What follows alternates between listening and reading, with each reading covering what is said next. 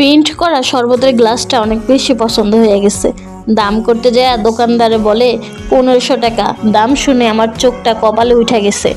তবে পছন্দ হয়ে গেছে, কিনতে তো হবেই বন্ধুরা।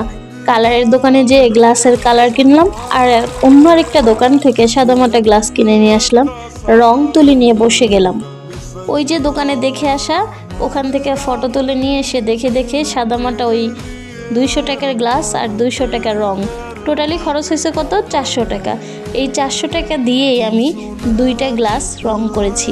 অবশ্য রং অনেকখানি এখনও রয়ে গেছে, চাইলে অন্য কিছুতেও আর্ট করা যাইতে পারে। বন্ধুরা, আঁকা আঁকি শেষ, এই তো ফাইনাল লুক। আমার কাছে কেন জানি দোকানে দেখে আসা গ্লাসগুলোর থেকে এই গ্লাসগুলো অনেক বেশি সুন্দর লাগতেছে। মনে হইতেছে যে না কিনেই ভালো করছি। এদিক দিয়ে টাকাও সেভ হয়েছে এবং নিজের মন মতো একটা গ্লাসও তৈরি করতে পারছি। কি বলো তোমরা?